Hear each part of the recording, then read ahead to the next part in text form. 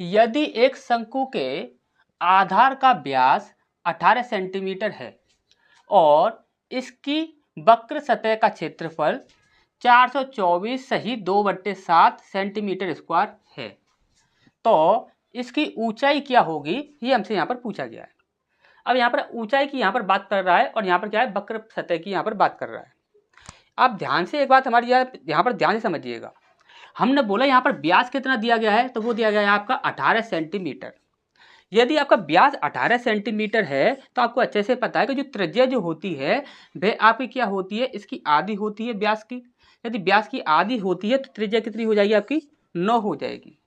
हमने आपको बोला कि आपने देखिए 3 4 5 5 12 13 7 24 25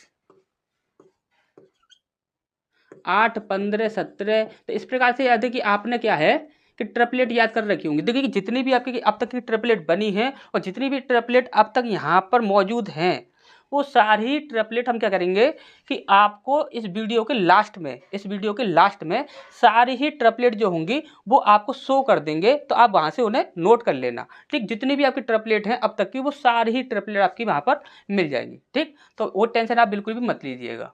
अब यहाँ पर बोला कि हमने यहाँ पर देखिए यहाँ पर एक है आपकी त्रिज्या और एक होती है आपकी ऊंचाई और एक होती है आपकी लंबाई। ये 3 चीज़ें होती हैं। यदि ये 3 चीज़ें होती हैं तो यदि हम बात करें तो पहली ही संख्या कितनी है आपकी, 9 है।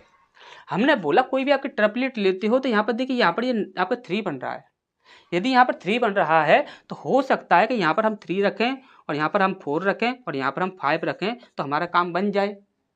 हमारा काम बन भी जाता है। जैसे कि हम यहाँ पर बात करें 3 में हम कितने का इंटू करें, यहाँ पर 9 बन जाए, 3 तिया 9, यानी कि 3 में 3 से इंटू करेंगे तो हमारा 9 बन जाएगा। यानी हम 4 में यदि हम 3 से इंटू करें 4 तिया 12 हो जाएगा।